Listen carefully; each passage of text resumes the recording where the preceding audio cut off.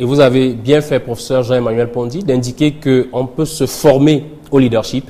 Et au Cameroun, nous commençons à vivre cette expérience. Elle date d'il y a 5 ans. Nous avons choisi un projet bien particulier. C'est celui de l'Académie camerounaise de leadership, une initiative portée par le cabinet Go Ahead Africa, qui recrute 100 jeunes tous les ans depuis 5 ans, des jeunes âgés de 18 à 35 ans, des jeunes actifs qui sont formés gratuitement. Je vous invite à faire une immersion au cœur de l'Académie camerounaise de leadership. C'est avec Anissé Simo et Arnaud Ndal qui nous invitent à voir ici comment se fabrique l'élite de demain.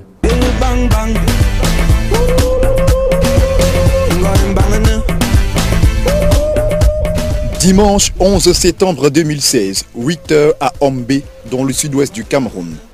La bourgade, située au pied de la montagne, à un jet de pierre de Boya, se réveille paisiblement.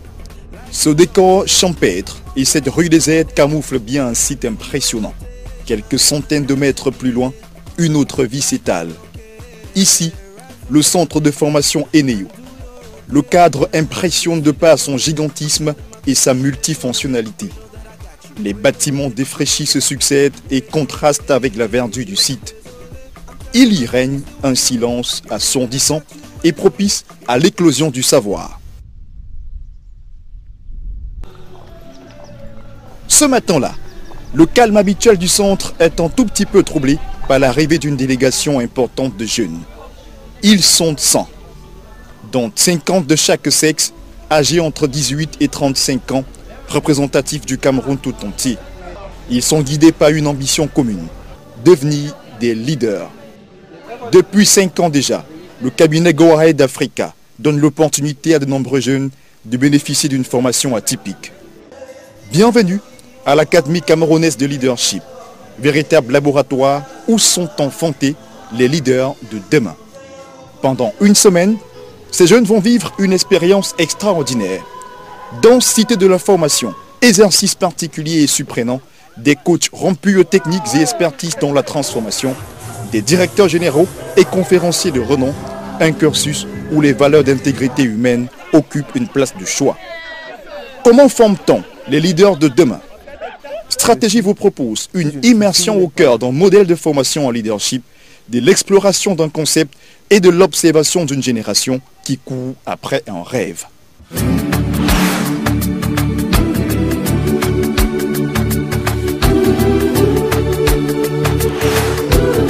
Endosser le costume de leader ne s'improvise pas. Tout un programme de formation pour une période d'une semaine dans cette académie. À leur arrivée ce dimanche-là, juste le temps de contempler le décor et de prendre leur marque, les académiciens doivent se livrer à une séquence photo, puis une brève présentation. Ensuite, direction l'amphithéâtre circonstanciel. C'est ici qu'ils passeront l'essentiel de leur séjour. Pendant ce temps, nous avons approché quelques-uns, choisis au pif, sur leurs attentes. Il faut bien prendre le pouls. Ça va booster, ce sera comme un catalyseur en ce qui concerne mes propriétés entrepreneuriales, parce que le programme il est vraiment serré. Et de deux, je pense que c'est une occasion de rencontrer aussi plusieurs personnes.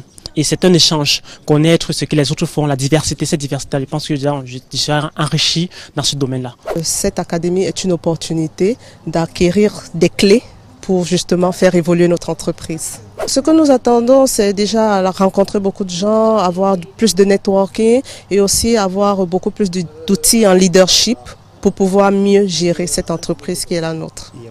Chacun semble avoir bien fixé son cap. Ce que j'attends d'elle, c'est qu'elle vienne m'apporter davantage dans ce que je sais déjà.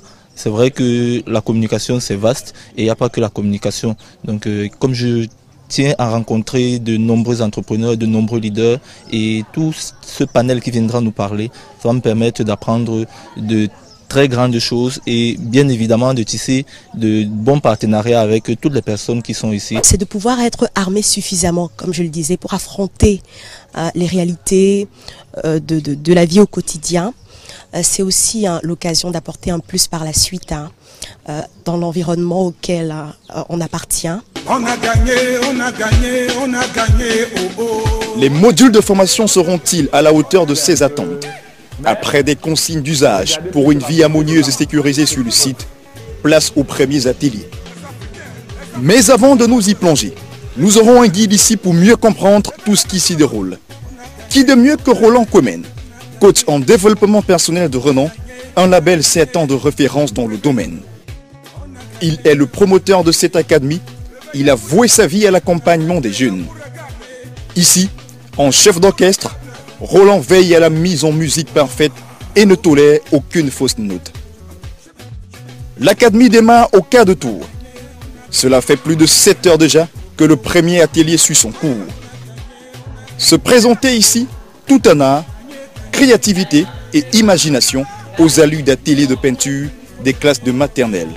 Mon ambition pour le Cameroun, je rêve d'un Cameroun pour lequel les jeunes sont passionnés parce que les gens ne rêvent plus. Là, nous sommes le module 0 sur l'auteur-portrait, donc le MICHAT. Le MICHAT, c'est la présentation des participants, des leaders, mais l'auto-présentation, c'est-à-dire quelle est la perception qu'ils ont de leur personnalité, leur passion, leur peur, mais surtout leur ambition. Et en termes de questionnement, les plus grands réussites, parce qu'en réalité, chacun de nous a réussi dans la vie, mais aussi quelles sont nos peurs. Et enfin, dans 10 ans, où est-ce qu'il se situe par rapport au Cameroun? Ou alors, où est-ce qu'il voit le Cameroun dans 10 ans? Il est pratiquement 21h30 et nous avons lancé à 16h. Donc c'est depuis 16h que ces jeunes sont en train de travailler, depuis 16h. Donc, et là il est 21h30 et ils vont arrêter à 2h du matin. Ils vont arrêter à 2h du matin. Nous sommes encore dans le module 0. Donc on n'a même pas encore commencé. Donc en termes d'autoportrait, connaissance de soi, confiance en soi, mais surtout la connaissance stratégique des 10 groupes. Ils sont 100 et il y a 10 groupes. Et les 10 groupes, la composition de groupe tient compte de nos origines ethniques, de nos origines académiques, la différence académique, mais aussi et surtout des 10 régions. Tout ici est millimétré et réglé comme du papier à musique. La moindre pratique est porteuse de sens. Les ateliers prolongés jusque tard dans la nuit aussi.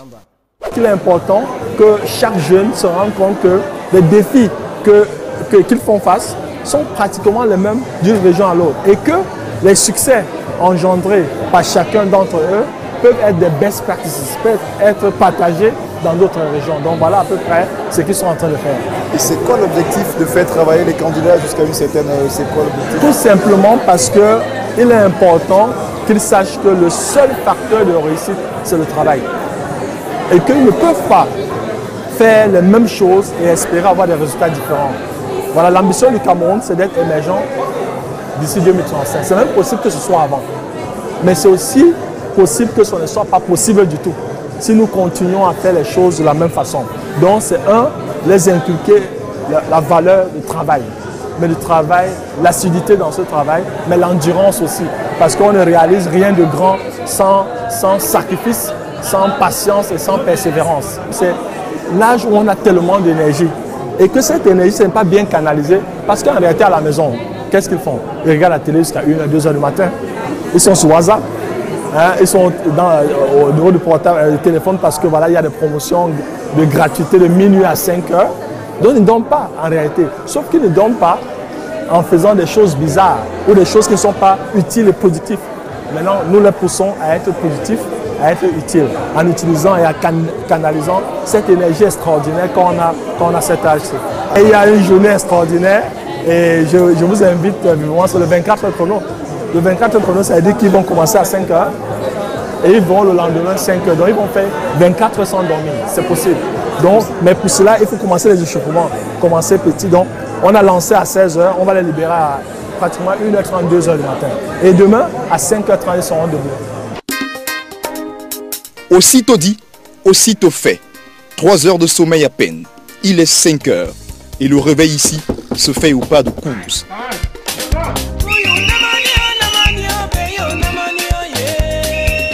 Le son strident du sifflet et les pas déchirent l'obscurité dans les couloirs de ce phalanstère. Certains peinent à sentir les draps. L'activité sportive débute dans la pénombre.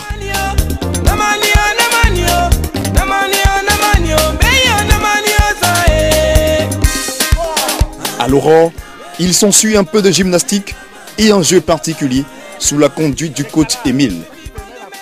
L'exercice pourrait surprendre le visiteur. Heureusement pour nous, Roland n'est jamais très loin. C'est un exercice de team building, donc l'esprit d'équipe, mais surtout une stratégie qui est bâtie sur l'anticipation. Donc le Fushimi, c'est un jeu japonais qui se fait depuis l'enfance, depuis les maternelles. Comme je disais, c'est un jeu qui consiste déjà à se concerter. C'est un groupe, ils sont 100, en groupe de 10-10, et en moins de 5 secondes, ils doivent prendre une décision.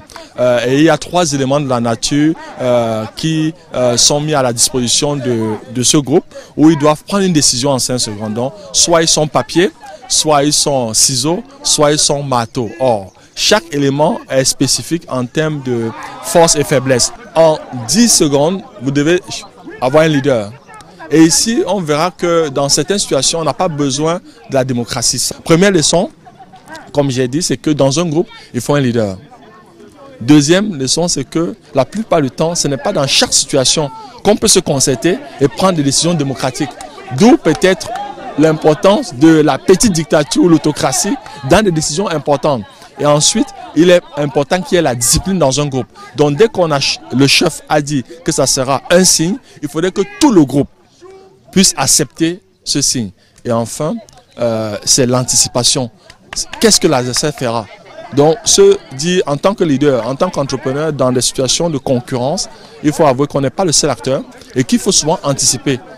Qu'est-ce que l'État dira? Qu'est-ce que la société civile dira? Qu'est-ce que les autres concurrents vont dire? Parce qu'il essaie d'arrêter, il faut rester comme ça. À côté de ce jeu spécial, nous avons découvert un autre exercice tout à fait surprenant, un autre matin. Se jeter du haut de ce support pour être réceptionné par son équipe. Il est question de confiance mutuelle. Les gars, vous êtes là? Oui. On est ensemble? Oui. Je peux vous faire confiance? Oui. Ok, je viens.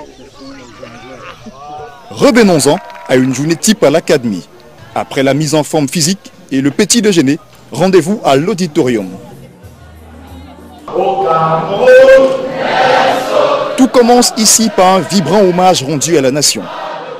Une bonne dose d'opium patriotique, ça résonne comme un stimulant.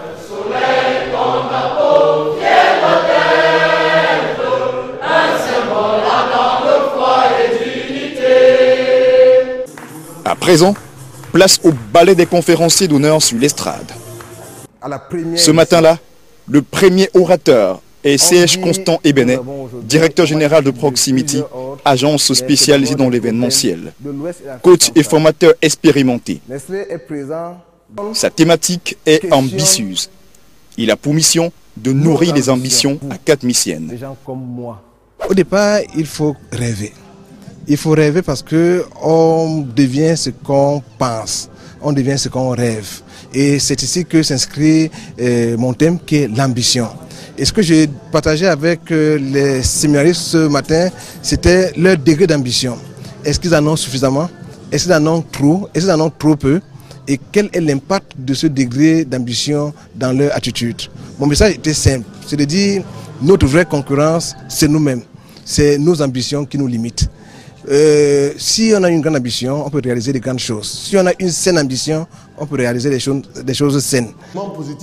À sa suite, Serge Diapoum, directeur général de la Société des eaux minérales du Cameroun, va servir à l'assistance une bouteille fraîche de performance, d'excellence et d'éthique comme des outils pour un leadership efficace. Si vous vous contentez de très peu, il a pratiquement mouillé le maillot. Je préfère m'attarder sur le mot éthique. Parce qu'à notre époque, nous, on faisait la morale à l'école. Et je pense que ces principes de vie-là, comment on doit vivre en société, pour que les gens réapprennent que voler, c'est un crime. Vous comprenez? Des choses aussi élémentaires nous paraissent aujourd'hui étranges dans un pays comme le nôtre. C'est pour ça que c'est toujours mieux de le rappeler et de prêcher par l'exemple. Pour la suite de notre journée type à l'Académie camerounaise de leadership, les académiciens ont l'honneur de recevoir une autre conférencière de MAG. Patricia Berthelot, directrice générale adjointe des brasseries du Cameroun, a fait le déplacement de Hombé pour impacter sur les académiciens. D'ailleurs, son thème en dit long. Comment réussir sa carrière professionnelle en créant un impact dans sa communauté? Une carrière est individuelle d'accord, que la notion de réussite est vraiment très très personnelle, surtout de la persévérance. Je pense que j'ai essayé de montrer qu'il faut toujours être persévérant, qu'il y a énormément à l'intérieur de tout un chacun et qu'il faut développer ça. Ne jamais laisser personne vous dire que c'est impossible de faire quelque chose à partir du moment où vous voulez le faire. Et le travail est une valeur bien sûr clé, et ainsi que l'honnêteté. À ce rythme, et pendant toute la semaine, côté conférencier, les académiciens seront servis. Près de 15 managers et même un homme de Dieu vont se succéder autour des thématiques axées sur le leadership de service. Un concentré d'intelligence au centimètre carré. Lui, c'est Thierry Niamen, promoteur de NT Food et très connu pour ses produits Tonti. Chaque année désormais, ce manager abandonne son entreprise pour une semaine au cœur de cette fabrique particulière, celle des leaders de demain. Cette année, l'Académie compte parmi ses invités un orateur venu d'Ouganda, le coach Phil. De jour comme de nuit, dans ce gigantesque moule, il va donner forme à sa manière à cette matière première. Number one, they must have a desire to want to become. Okay, they must have a deep desire to want to become a leader.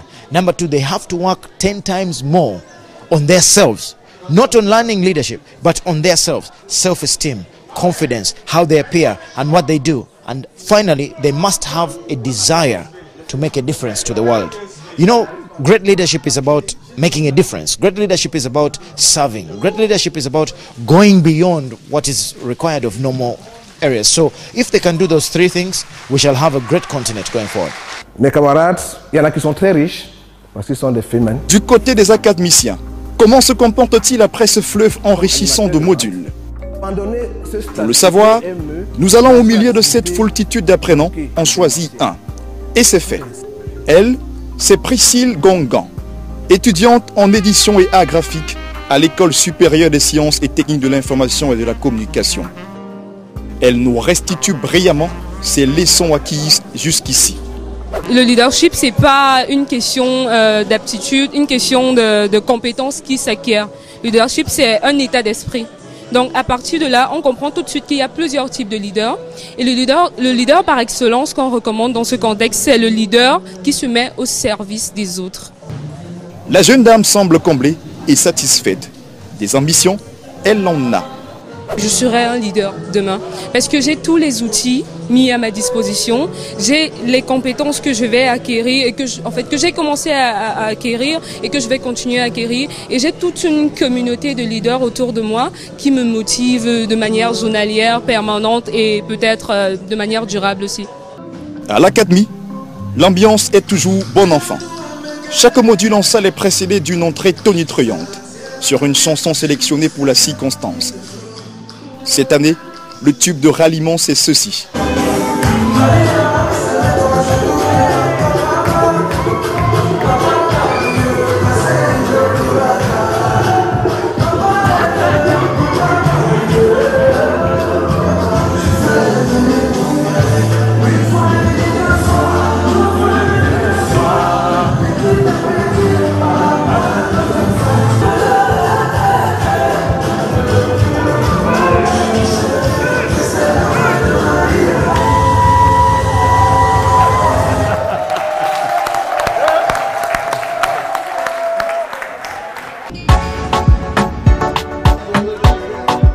Mardi 13 septembre 2016, au lendemain d'une journée type par nous sélectionnés à l'Académie, nous allons découvrir une autre tout à fait différente.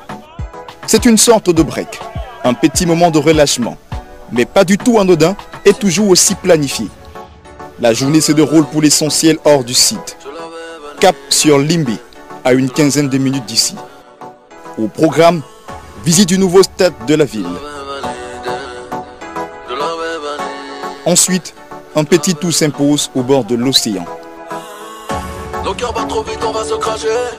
Comme vous pouvez le constater, à l'Académie camerounaise de leadership, au-delà des séquences très intenses de formation en salle, il y a également un côté ludique. à l'instar de cette journée dédiée à la récréation ou plutôt à la découverte de quelques merveilles touristiques du Cameroun.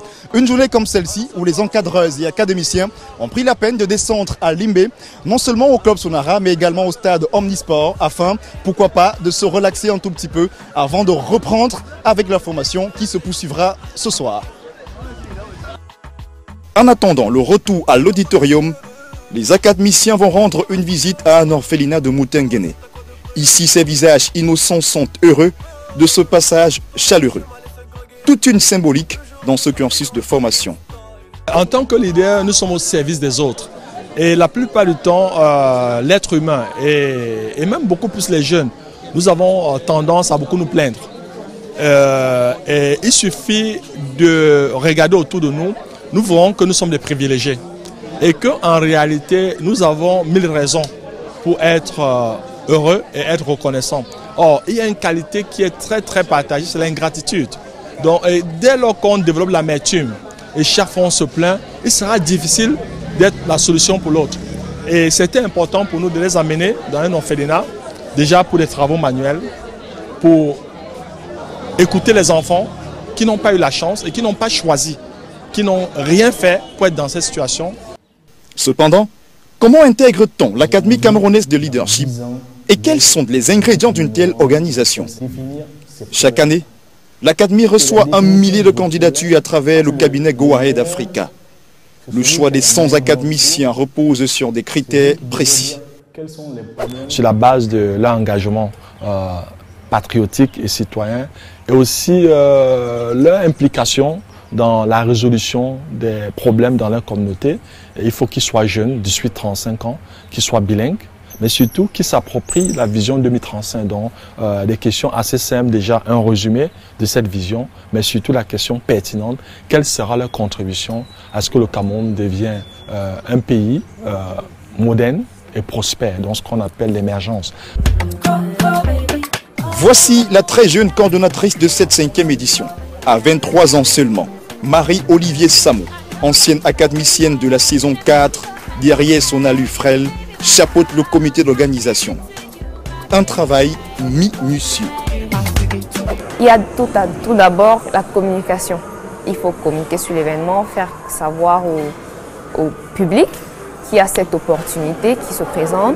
Et aussi, quand ils vont s'inscrire, il faut sélectionner. Je ne suis pas seule, on a un comité, mais moi je fais des présélections.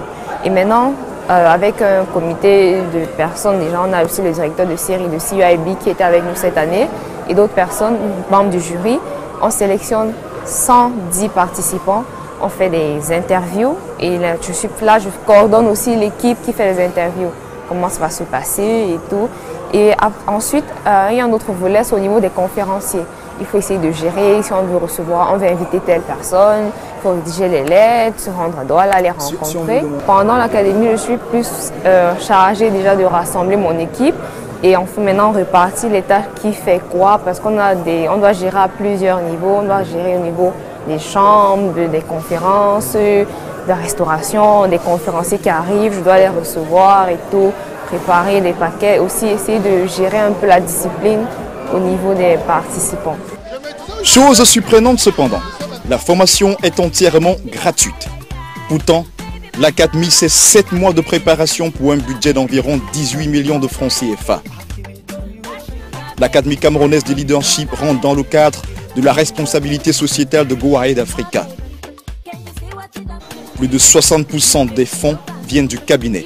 Cependant, Roland s'appuie aussi sur son portefeuille client. Nos clients nous accompagnent parce qu'ils ont compris la démarche. Donc, associent dans leur stratégie de RSE, s'associent à nous. Parce que dans leur axe stratégique en termes de RSE, il y a un élément, un axe sur l'accompagnement de la jeunesse, sur l'entrepreneuriat. Malgré la gratuité de la formation, sortie de l'académie avec son diplôme n'est pas une évidence. Il est question d'indicateurs de performance. La sélection est drastique. Voici justement les récipiendaires de la 4e promotion. C'est durant cette 5e édition, un an après leur passage, que les meilleurs sont félicités. L'événement se déroule devant les nouveaux académiciens et sous le regard avisé de leur parrain, Jean-Pierre Nyodok, directeur général de Tradex Cameroun. Une initiative comme celle-ci, prise par un jeune Camerounais, de prendre dans une formation aussi valorisante que celle sur le leadership, gratuitement, une centaine de jeunes chaque année, je pense, mérite le total soutien de tous ceux qui œuvrent pour le développement de notre pays. De quoi motiver les uns et les autres dans cette course pour le camp privilégié des leaders. Après avoir passé une semaine ici à Ambé, au cœur de l'Académie camerounaise de leadership, nous avons pu voir et surtout apprécier le standard de formation proposé. Entre les discours de managers expérimentés et également les conseils pratiques des coachs avisés, les candidats ou alors les académiciens sont désormais prêts pour affronter leur avenir. D'ailleurs, comment cette formation réussit-elle à impacter sur la communauté? Nous allons aller à Douala à la rencontre des promotionnels des éditions précédentes qui, une fois sortis d'ici, sont allés répercuter l'ensemble des notions acquises sur leur entreprise ou dans leur propre vie. C'est dans la suite de ce grand reportage.